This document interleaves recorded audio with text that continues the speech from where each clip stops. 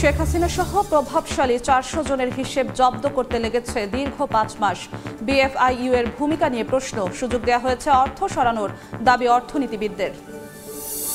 ক্ষুদ্র উদ্যোক্তাদের পণ্য প্রসারে সহযোগিতা, বিভিন্ন স্টলে বিক্রির সুযোগ পাচ্ছেন 46 জন উদ্যোক্তা। রোববার চলছে মেলার 12তম দিন। বিদ্যুৎ ঘাটতির অজুহাতে নেত্রকোনায় বন্ধ বরফকল, ক্ষতির মুখে মৎস্য ব্যবসায়ীরা। চাহিদা অনুযায়ী সরবরাহের আশ্বাস পল্লী বিদ্যুৎ সমিতির। এবং সৌদি আরবে বিনিয়োগে ঘুরছে ভাগ্যের চাকা, শ্রমিক থেকে উদ্যোক্তা প্রবাসী বাংলাদেশিরা। বাড়ছে কর্মসংস্থানের সুযোগ।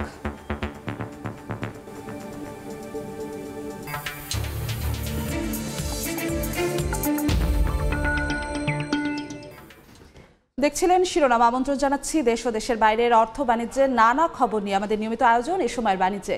আপনাদের সঙ্গে আছি আমি জিন্নাতারা যশোয়া। দর্শক, অর্থ বাণিজ্যের পাশাপাশি আজ আমরা আলোচনা করব অর্থ পাচার প্রতিরোধ প্রসঙ্গে। এ বিষয়ে আলোচনার জন্য ভার্চুয়ালি যুক্ত আছেন জনতা ব্যাংকের সাবেক chairman doctor Jamal Uddin Ahmed. Doctor Jamal Uddin Ahmed, আপনাকে এ সময়ের বাণিজ্যে স্বাগত। ধন্যবাদ আপনাকে। আপনার সঙ্গে আলোচনায় ফিরবো তার আগে আমাদের কাছে এ সংক্রান্ত একটি প্রতিবেদন আছে, প্রতিবেদনটি একটু দেখে আসব।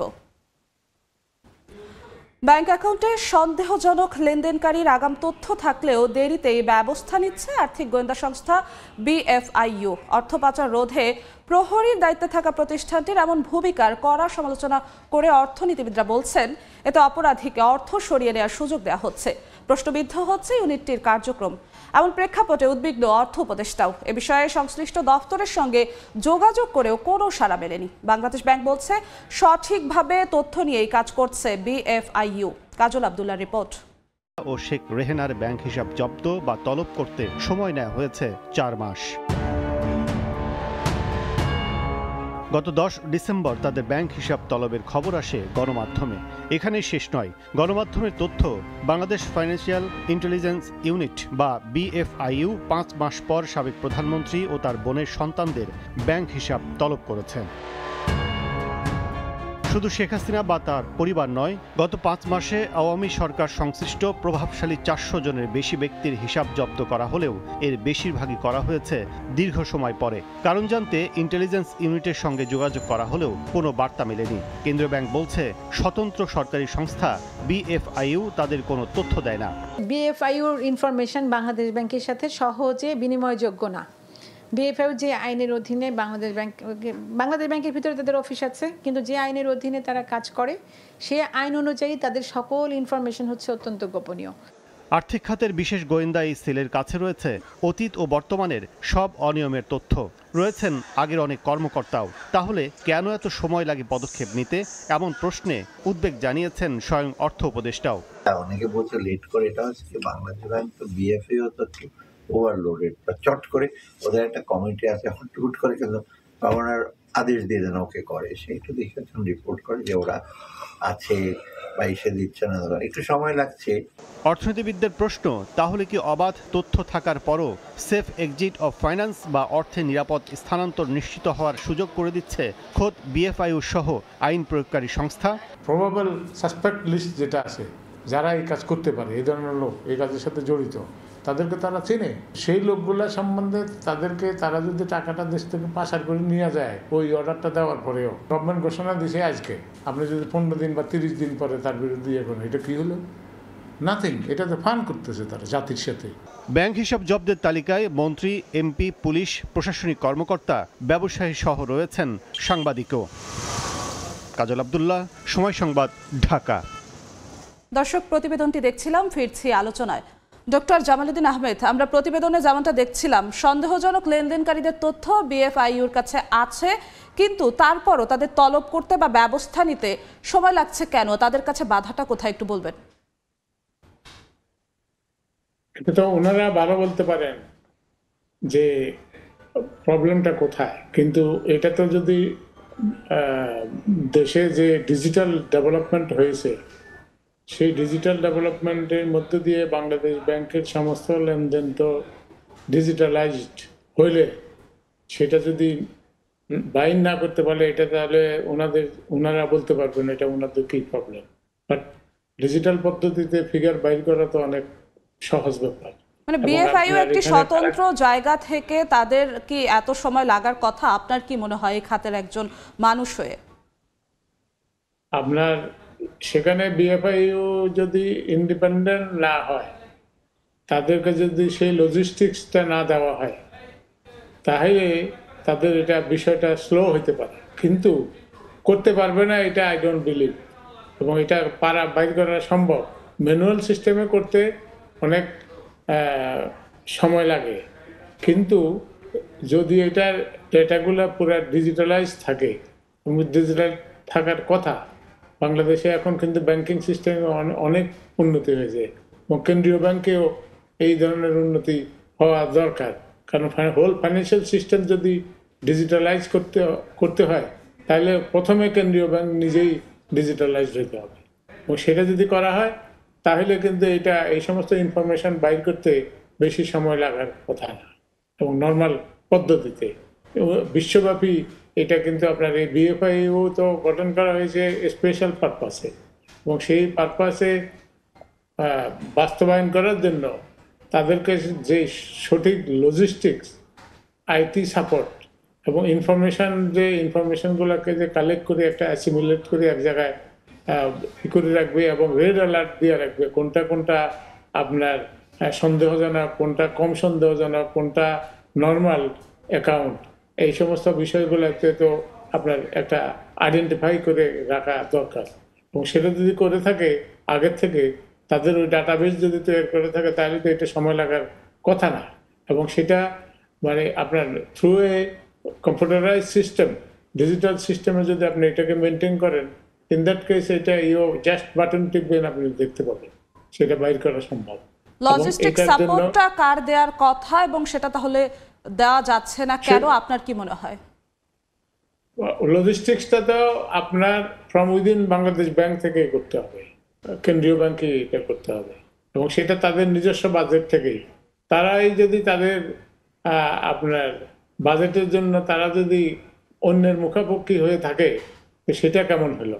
সেটা কিন্তু তাদের তো এটা ফ্রিডম আছে এটা করার, এবং সেটা তারা যদি করে থাকে, ওই লজিস্টিক্স ক্রিয়েট করে থাকে, তাহলে ইন্টারন্যাশনাল বেস্ট প্র্যাকটিস যেগুলো আছে, ইন্ডিয়া, পাকিস্তান, আশেপাশের দেশ, ইউরোপ, আমেরিকার কয়েকটা দেশের দেখে ওটাকে তো ডিজাইন করা সম্ভব।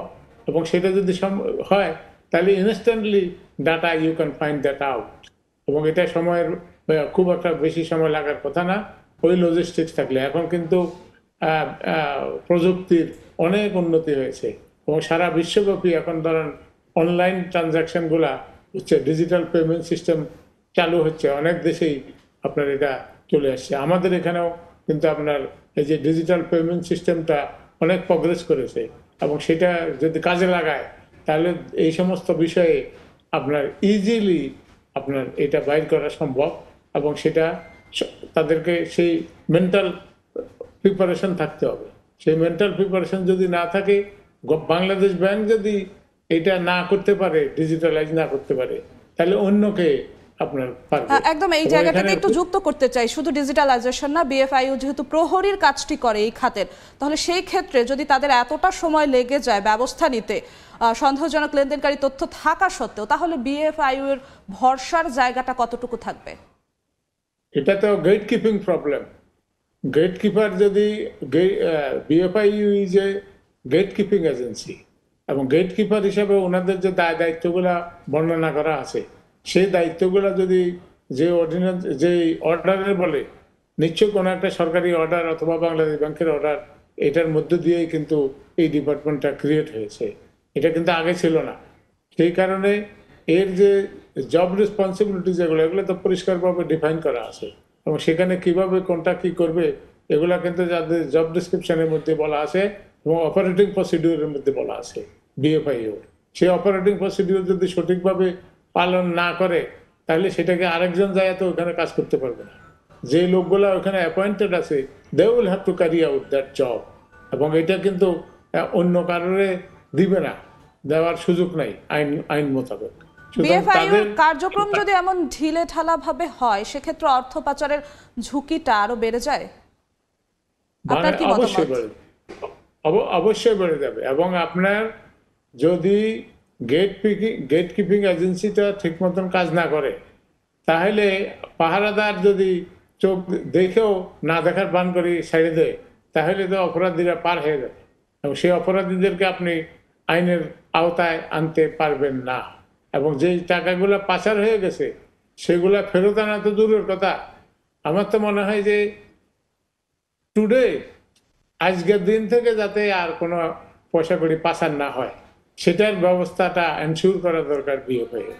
এবং এটা আগেরগুলো যা আছে সেটা তো আপনার ইনভেস্টিগেশনের ব্যাপার, সে কিভাবে গেছে, কি করছে না করছে, এটা নথি খতি বাইর করা, সেগুলা বাইর করে তারপর রিপোর্ট দিবে। তার আগে প্রথম তাদের হাতে যে প্রাইমারি যে উইপন আছে, হাতিয়ারটা আছে, সেই হাতিয়ারটা তারা অ্যাপ্লাই করা উচিত। সেই হাতিয়ার অ্যাপ্লাই করার মধ্যে দিয়ে যারা এই সমস্ত কাজগুলোর সাথে জড়িত তাদের ব্যাংক অ্যাকাউন্ট ইনফরমেশন সমস্ত কিছু জোগাড় করা উচিত। জোগাড় করে ব্যাংকিং ট্রানজাকশন ছাড়া সেই টাকা পাচার করবে কিভাবে?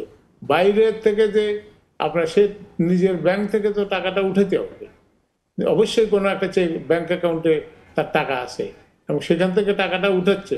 উঠাইলে তার ফ্রিকোয়েন্সিটা কি, উইকে কতবার উঠাইতেছে এবং এটার ভলিউম কত, এগুলা বহু ইন্ডিকেটর আছে। সেই ইন্ডিকেটর দিয়ে কিন্তু আপনি ধরতে পারেন যে কে কি ধরনের লেনদেন, সন্দেহজনক লেনদেন করতেছে। যেমন আপনার 10 লাখ টাকার উপরে যদি কোনো আপনার চেক ইস্যু করে, ইভেন অ্যাকাউন্ট পেয়ে চেক হইলেও ওটা ক্লিয়ার করার সময় তারা কিন্তু এটাকে আবার এটার খোঁজখবর নেয় কি কারণে উঠাইতেছে টাকাটা, সেটাও কিন্তু আপনার এক্সপ্লেন করতে হয় অনেক সময়। প্রাথমিক রক্ষক তো বিএফআই যদি প্রশ্নবিদ্ধ হয় তাহলে তার ওপরে কোন রক্ষক আছে যারা এই বিষয়টিকে সংস্কারের আওতায় আনতে পারবে? তার উপরে সংস্থা হলো, সেটার উপরে সংস্থা হলো সরকার, অর্থ মন্ত্রণালয়, ইভেন বাংলাদেশ ব্যাংক এটা দায়িত্ব। তাহলে সরকারের এই মুহূর্তে কি পদক্ষেপ নেওয়া দরকার এই খাতে? সরকারের এই মুহূর্তে পদক্ষেপ নেওয়া দরকার হলো আপনার তাদের পুরা পদ্ধতিটা ইভ্যালুয়েট করা এবং তারা এই পদ্ধতি অনুযায়ী তারা নন কমপ্লায়েন্স যেখানে যেখানে তারা নন কমপ্লায়েন্স করছে এবং তারা বাইর করতে পারে নাই, কতদিন পর্যন্ত পেন্ডিং আছে এই সমস্ত কেস, যে কেসগুলো নিয়ে আপনার বিএফআইতে কমপ্লেন আসছে সেই কমপ্লেনগুলো কতদিনে, এটাকে বলা হয় অ্যাকাউন্টেন্সির ভাষায় এটাকে বলা হয় এজিং। 3 মাসের ভিতরে কতগুলো হয়েছে, 6 মাসের ভিতরে কতগুলো হয়েছে, 3 বছরের ভিতরে 1 বছরে কতগুলো হয়েছে, 3 বছরে কয়টা হয়েছে, 6 বছরে কতগুলো হয়েছে, সবগুলা কেন পেন্ডিং হয় নাই, আপনার রেগুলার সেটেলমেন্ট হয় নাই, সেই বিষয়গুলা আপনার তারা তাদের ডক্টর জামালউদ্দিন আহমেদ, আমাদের সময় স্বল্পতার জন্য শেষ করতে হচ্ছে। পার্লামেন্টের স্ট্যান্ডিং কমিটি এটা তাদেরকে কোয়ারি করতে পারে। আপনাকে অসংখ্য ধন্যবাদ আমাদের সঙ্গে যুক্ত হওয়ার জন্য। আমাদের সঙ্গে অর্থ পাচারের নানা বিষয় নিয়ে আলোচনার জন্য যুক্ত হয়েছিলেন জনতা ব্যাংকের সাবেক চেয়ারম্যান ডক্টর জামালউদ্দিন আহমেদ। যাচ্ছি অন্য প্রসঙ্গে। বগুড়া বিমানবন্দর চালুর উদ্যোগ হিসেবে সক্ষমতা যাচাইয়ে পরিদর্শনে গেছেন বিমান বাহিনী প্রধান ও সিভিল এভিয়েশন চেয়ারম্যান। এই মুহূর্তে বগুড়া বিমানবন্দরে আছেন রিপোর্টার কাজল আব্দুল্লাহ, সরাসরি যাচ্ছি তার কাছে।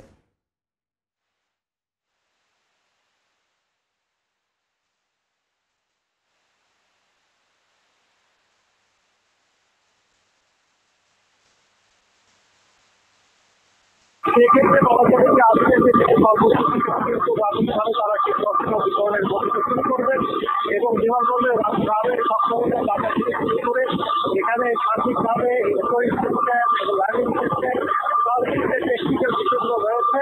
এই বগুড়া বিমানবন্দর নবমতম দেশের মধ্যে বৃহৎ মধ্যে সেটি চালুর ব্যাপারে সার্বিকভাবে তারা গণমাধ্যমের সাথে কথা বলবেন। এর মধ্যে বিমানবন্দর কবে চালু হবে যে সক্ষমতা সেটি কিন্তু জানা যাবে।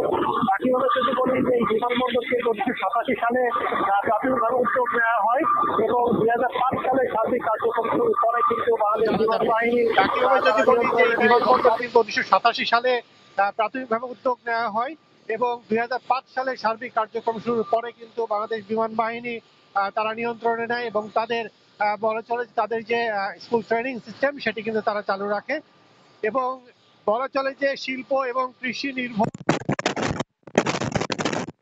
চালু হয় যে সেটি কিন্তু অনেকাংশে কয়েক গুণ ভাবে বৃদ্ধি পাবে এবং যাত্রী সেবা যদি শুরু হয় বিমানবন্দর থেকে সেটিও কিন্তু বলা চলে যে এই শুধু বগুড়া নয়, বগুড়া নওগাঁ, জয়পুরহাট, নাটোর এবং এই পাশে গাইবান্ধা, এবং যদি বলি যে রংপুরে বিমানবন্দর থাকা সত্ত্বেও রংপুরে অনেক সময় সিট ক্যাপাসিটি কিংবা সক্ষমতা না থাকা সত্ত্বেও সেই যাত্রী, এবং নাটোর এবং রাজশাহী যারা যাত্রী তারাও কিন্তু এই বিমানবন্দর চালু হলে সেই সহায়তা পাবে।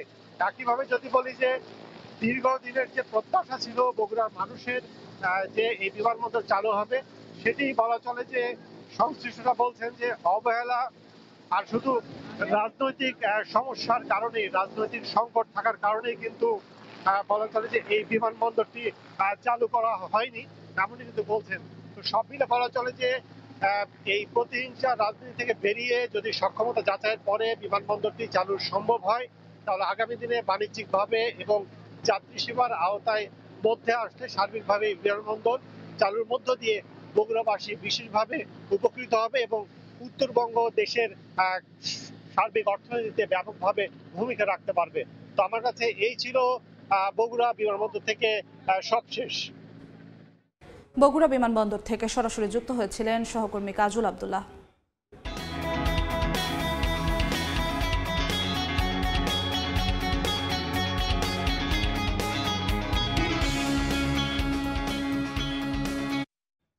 পশুর চ্যানেল ড্রেজিং, রেললাইন আর পদ্মা সেতুর সুফলে আমদানি রফতানি বেড়েছে মোংলা সমুদ্র বন্দরে।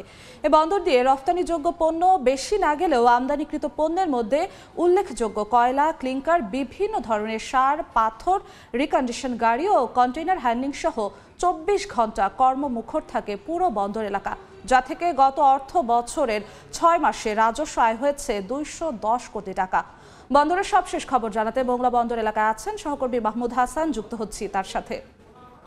মাহমুদ, সক্ষমতা বেড়েছে মোংলা সমুদ্র বন্দরে, তবে এখানে যে পশুর চ্যানেল দিয়ে ড্রেজিং এবং পদ্মা সেতু চালু এবং রেল লাইন হওয়ার কারণে কিন্তু মোংলা বন্দরে আগের তুলনায় জাহাজের সংখ্যা বৃদ্ধি পাচ্ছে। আপনাদেরকে দেখাতে পাচ্ছি যে এখানে বন্দর জেটিতে কিন্তু এখন কর্মমুখর রয়েছে। এই মোংলা বন্দর দিয়ে রপ্তানি কিন্তু পণ্য এখান থেকে রপ্তানি না হলেও কিন্তু আমদানি কিন্তু পণ্যের সংখ্যা কিন্তু অনেকটা বেড়ে গেছে। এবং এখানে যদি উল্লেখযোগ্য আমি বলি যে কন্টেইনার হেল্ডিং, তারপর ক্লিংকার, কয়লা, পাথর, তারপর কন্টেইনার বাহী জাহাজ, গাড়ি আমদানি, এছাড়াও বিভিন্ন রকম পণ্য কিন্তু এখানে মোংলা বন্দর দিয়ে আমদানি হচ্ছে, যার কারণে কিন্তু এখানে অনেক কর্মচঞ্চলতা কিন্তু আগের তুলনায় অনেকটাই বৃদ্ধি পেয়েছে।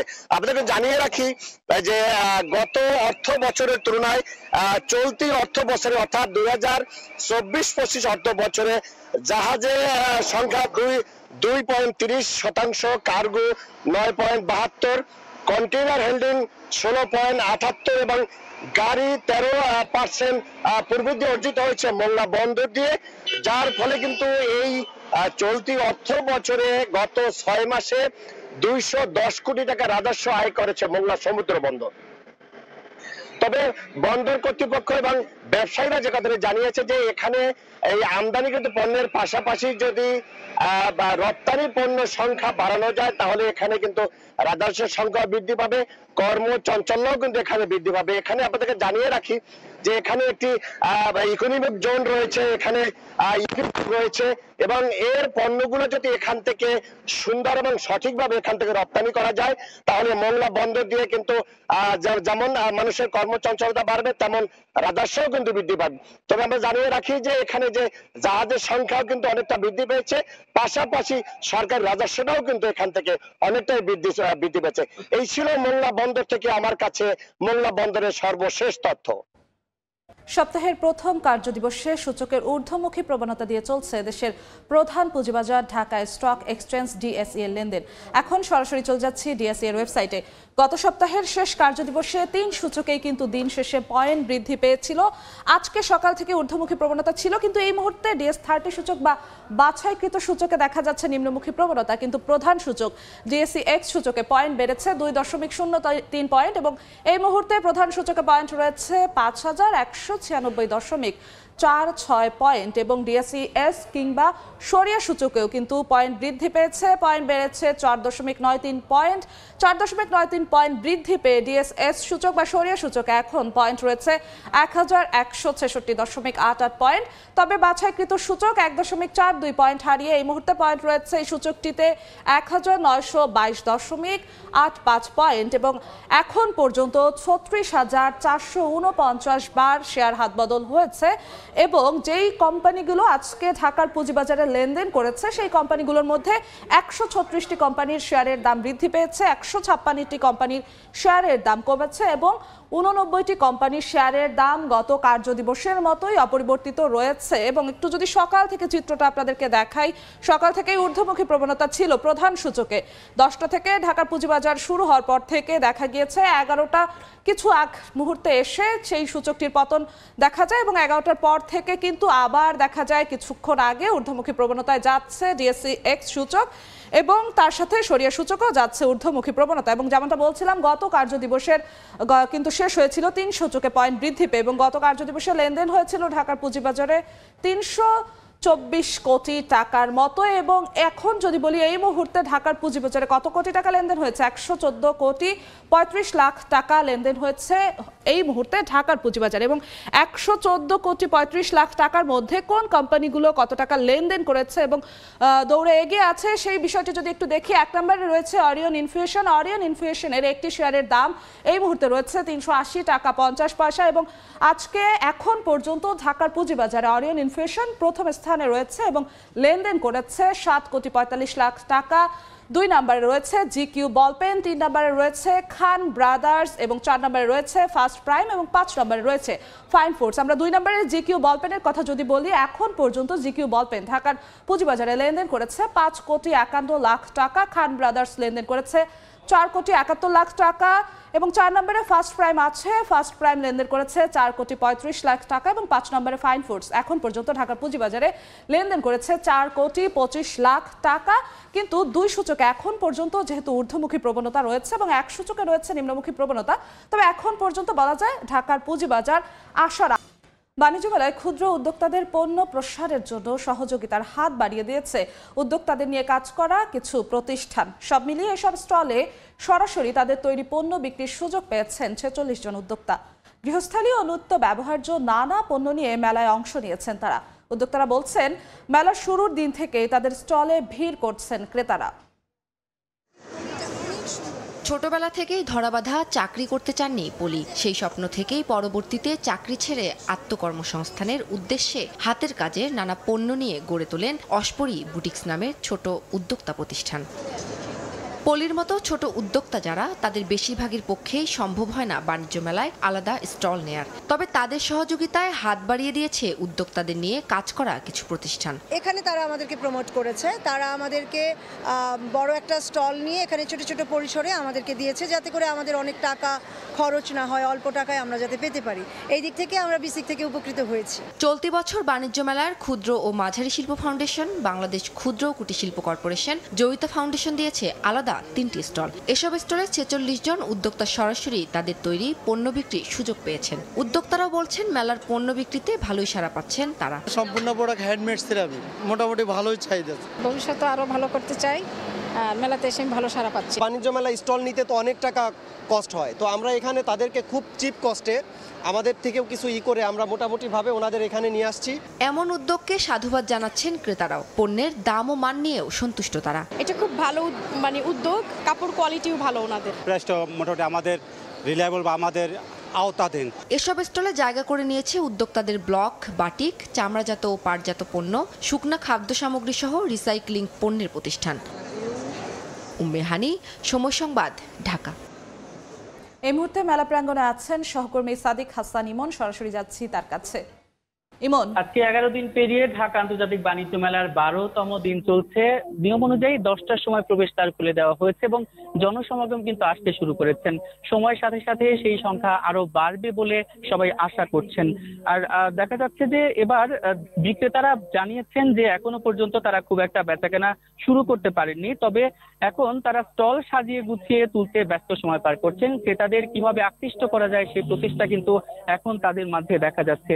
এবারের মেলা শুরু থেকেই কিন্তু বিক্রেতারা বারবার বলে আসছিলেন বিগত বছরগুলো থেকে এবার দর্শনার্থী বা ক্রেতার সংখ্যা অনেকটাই কম। আবার এবারের বর্ষপূর্ণ ফার্নিচার বা যে কোনো দোকানেই ক্রেতাদের আগ্রহ আসলে তেমন নেই, তাই দোকানীদের মুখে হতাশার ছাপ দেখা গিয়েছিল। অনেক দোকানি শঙ্কায় ছিলেন যে স্টল ভাড়া উঠানো যাবে কিনা, কিন্তু গত শুক্রবার এবং শনিবারের পর তারা কিন্তু অনেকটাই তাদের হতাশা কমে গিয়েছে এবং তারা বিক্রি করা অনেকটাই কাটিয়ে উঠতে পেরেছেন। তারা বলছেন যে ছুটির দিনগুলোতে শুক্র শনিবারে এখানে পা ফেলার জায়গা ছিল না বাণিজ্য মেলায়। শুক্রবারে প্রায় 2 লক্ষ মানুষের সমাগম এখানে ছিল, শনিবারেও প্রায় 1 লক্ষ মানুষের সমাগম কিন্তু এখানে ছিল।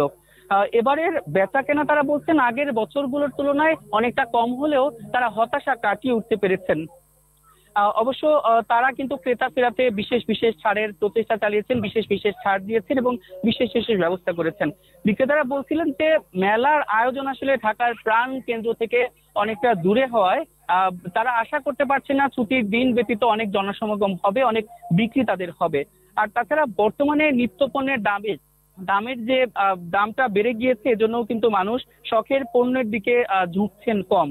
তবে গত শুক্রবার শনিবারের পর তারা অনেকটাই আশার আলো দেখছেন। তারা বলছেন যে এবারের বাণিজ্য মেলায় তারা ভালো বেচা বিক্রি করতে পারবেন।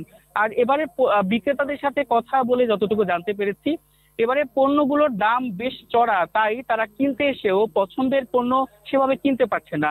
আর বিক্রেতাদের যখন এই অভিযোগ করা যাচ্ছে, তারা বলছেন যে তারা যে পণ্যগুলো কিনছেন সেগুলোতেই আসলে বেশি দামে কিনছেন, আর তাই কারণে দেখা যাচ্ছে যে বেশি দামে বিক্রি করতে তারা কিন্তু বাধ্য হচ্ছেন। আর এবারে আইন শৃঙ্খলা রক্ষাকারী বাহিনীর কথা যদি আমি বলি, তাহলে বলবো যে আইন শৃঙ্খলা রক্ষাকারী বাহিনীর সংখ্যা কিন্তু দ্বিগুণ পরিমাণ করা হয়েছে। এই জন্য আমরা দেখেছি যে তারা কিন্তু সব জায়গায় টহল দিচ্ছে এবং তাদের তৎপরতা কিন্তু অনেকটাই বেশি। সেই জন্য দেখা যাচ্ছে যে এবং এবারে যে 362টি স্টল, সবাই আশা করছেন যে এবার আইন শৃঙ্খলা রক্ষাকারী বাহিনী তৎপর রয়েছে এবং জনগণ আসতে শুরু করেছে, জনসমাগম আসতে শুরু করেছেন, তাই তাদের বেচা বিক্রি আরো ভালো হবে। ঢাকা আন্তর্জাতিক বাণিজ্য মেলা থেকে এই ছিল আমার কাছে সর্বশেষ।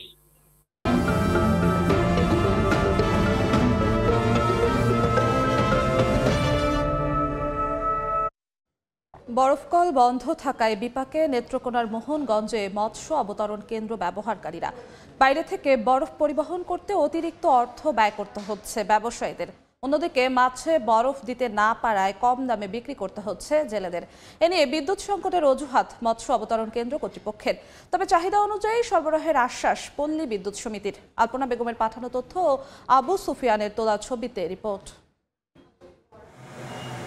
2017 সালে নেত্রকোনার মোহনগঞ্জে মৎস্য অবতরণ কেন্দ্র নির্মাণ করে বাংলাদেশ মৎস্য উন্নয়ন কর্পোরেশন। 3 বছর পর 2020 সালে উৎপাদনে আসে সেখানের বরফকল, কিন্তু 2 বছর পর 2022 সালে হঠাৎই বন্ধ হয়ে যায় সেটি।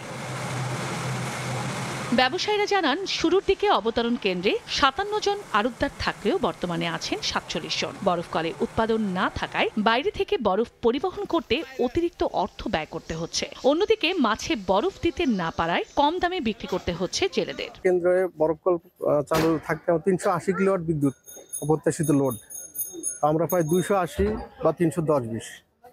এই কারণে আমরা অনেকটাই বিদ্যুতের কারণে বরফকলটি আমরা সঠিকভাবে চালাতে পারিনি। বরফ না থাকাতে আমাদের মাছ ঠিকমতো রপ্তানি আপনার ঢাকা দিতে পারি না, দেওয়াতে আমাদের মাছ অনেক নষ্ট হয়। যারা পাইকার তাদের জন্য কিছুটা শেডের ব্যবস্থা করলে আরো একটু ভালো হইতো। এই জায়গায় বেচতে গেলে বরফ পাওয়া যায় না, বরফ আনা লাগে যে ফাটপট্টির মুখ থেকে। বিদ্যুৎ সংকটের অজুহাত অবতরণ কেন্দ্র কর্তৃপক্ষের, আর চাহিদা অনুযায়ী সরবরাহের দাবি পল্লী বিদ্যুৎ সমিতির। বিদ্যুতের ভোল্টেজ কম থাকা এবং অতিরিক্ত পরিমাণে লোডশেডিং থাকার কারণে আমাদের বরফকলের প্রোডাকশনটা আমরা চালিয়ে যেতে পারি নাই। জেনারেশনের প্রাপ্তি সাপেক্ষে আমরা যে বন্টন পাই সেই হিসাবে বিদ্যুৎ দেওয়া হয়।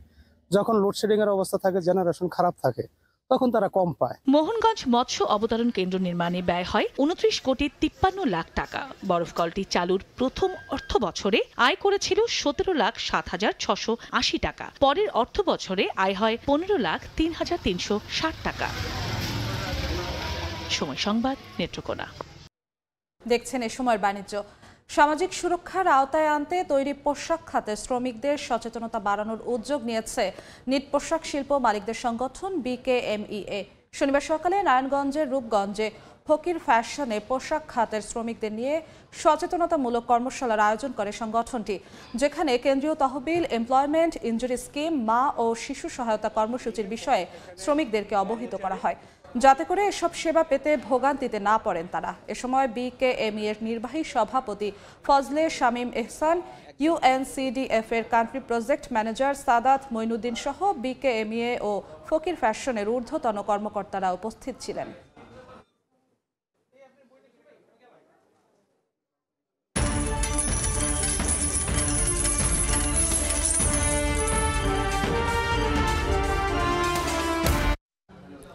ইতিহাসের সর্বনিম্ন পর্যায়ে নেমেছে ভারতীয় মুদ্রা রুপি। ডলার প্রতি দাঁড়িয়েছে ৮৬.২০ রুপি। এই পতন রুখতে রিজার্ভ ব্যাংক অব ইন্ডিয়া দেশটির ব্যাংকগুলোর কাছে ডলার বিক্রির মাধ্যমে বাজারে স্থিতিশীলতা আনার চেষ্টা করছে।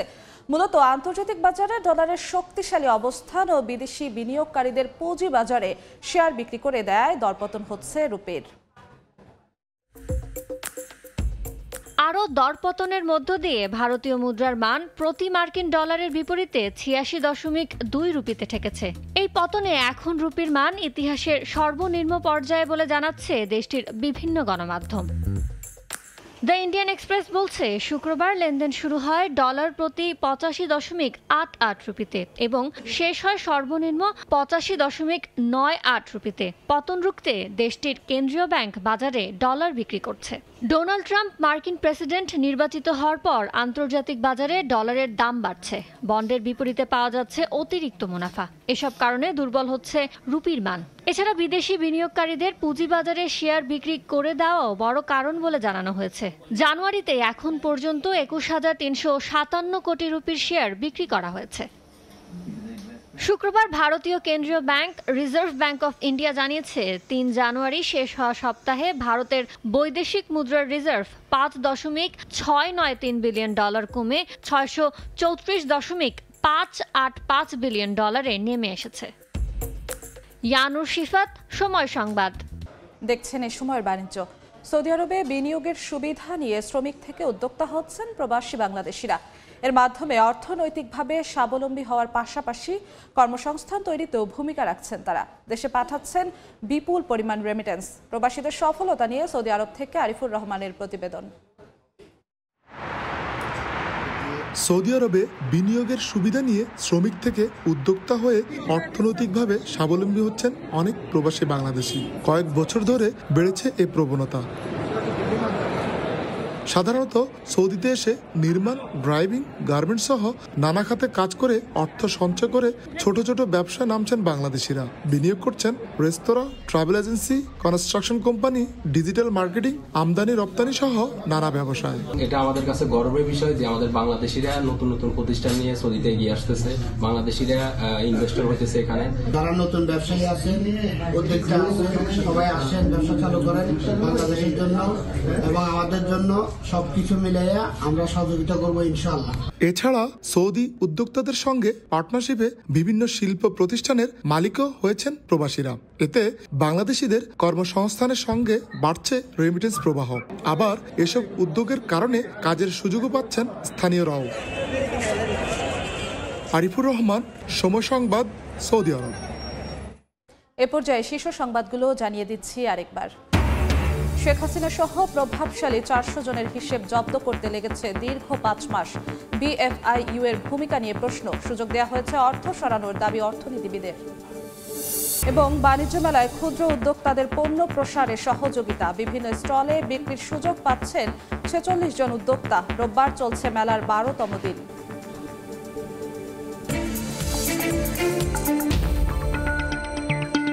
এই ছিল এ সময়ের বাণিজ্যে। সঙ্গেই থাকুন সময়ের।